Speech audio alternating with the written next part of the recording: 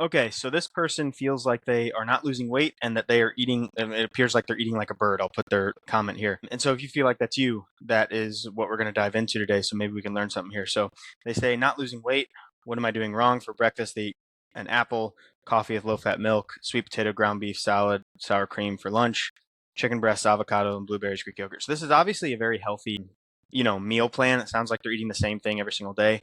There's so many factors that you would have to consider to see if what is the reason that you're losing weight. In terms of like the choices they're making, they're not making bad choices. It's certainly not their food choices. And it almost never will be. I mean, on the extreme end of it, you could eat Taco Bell, and that's not necessarily the reason you're not losing weight. It's just that there's a lot of calories in it. And so it's harder to lose weight, harder to maintain your weight loss or, maintain progress whenever you're eating things that are high calorie.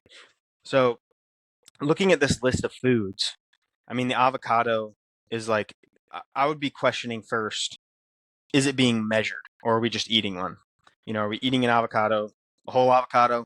Are we eating two apples or probably just one apple for breakfast, but probably one sweet potato. But how big is that sweet potato? The ground beef, is there being, oil added to it? Is it 80% ground beef, 70% ground beef? So there's lots of details that matter here.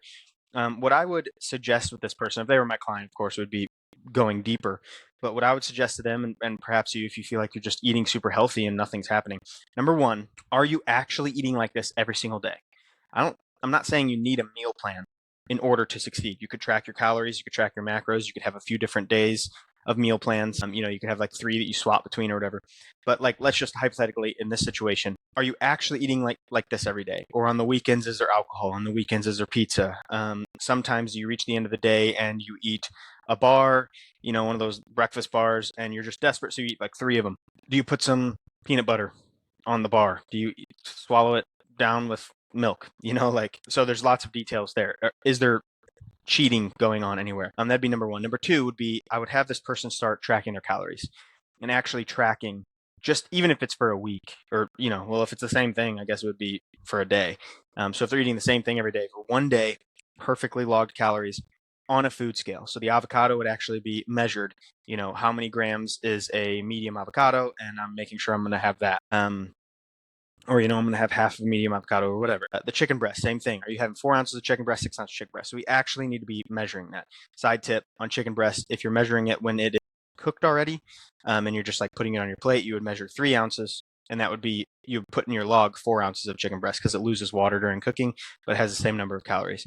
So let's say, however many grams or how many ounces you put on your plate, you divide that by 0.75 on your calculator, divided by 0.75, and that will give you the number of ounces that you have to log. So for every 3 ounces, it's roughly 4 ounces of chicken breast you have to log. But anyways, so food logging, is cheating actually happening? And then is the exercise side of things. Number one, are they lifting weights? If they have lost a bunch of weight already, perhaps they need a diet break, and perhaps they've lost a bunch of weight too fast, and now they have lost some of their muscle, and now they need to be weightlifting to build some of that back. Are they getting enough protein? Let's see here: sweet potato, ground beef, salad. I mean, they're eating Greek yogurt, chicken breast, and ground beef. Unless they're eating a lot of ground beef and a lot of chicken breast. This is a man. His name is Adam Gary. So, he probably needs more protein. So maybe he's lost a bunch of muscle and his metabolism is a little slow right now. Perhaps he just needs a diet break. So there's so many factors, as you can see, that you're thinking through. But is he getting enough steps every day? If he's not getting enough steps, is he at least getting enough cardio? Is he doing any cardio? He could, it sounds like, just be eating to lose weight. And you will eventually hit a wall with that because of all those things I was just talking about with the loss of muscle mass and a lack of just calorie burn on the other side. You literally do have to eat, it feels like, I shouldn't say literally, so I guess it's not literally, but you have to eat like a bird in order to maintain weight loss, in order to maintain your weight. If all you did was do that through, which is kind of what's happening with all this Ozempic and everything, is people are just doing it through taking Ozempic. I'm not saying there's anything wrong with Ozempic if it's treated right, but if it's not handled right, they're just just taking Ozempic, eating a whole lot less, and wasting away. That's why they're losing muscle mass. So, anyways, for this particular person, I would fix their protein. I would have them start logging to actually see what their calories are. I would have them start logging, including on the weekends, to make sure that no cheating is going on or something they don't realize. Are they putting ketchup on some of this stuff, things like that? And then I would definitely have them increase their exercise and everything. And if they're not already, I would have them lifting 2 to 3 times a week and have them doing cardio. If they could handle it, depending on kind of where they're at, I wouldn't want just them to just jump into it, but we'd build up to 4, 5, 6 days a week of cardio, and they're going to be burning more calories. So that's how you fix this situation. I have an awesome free resource for you that is called the 30-Day Shape Up Challenge. It's 30 days of 4 habits that I run my clients through that is going to help you get a great start to your fat loss journey. And there's a bonus 5th habit in case you fall off the wagon at all. All my clients love it and it's free. So just scan this QR code here or click the link in the description and I'll send that straight to your email.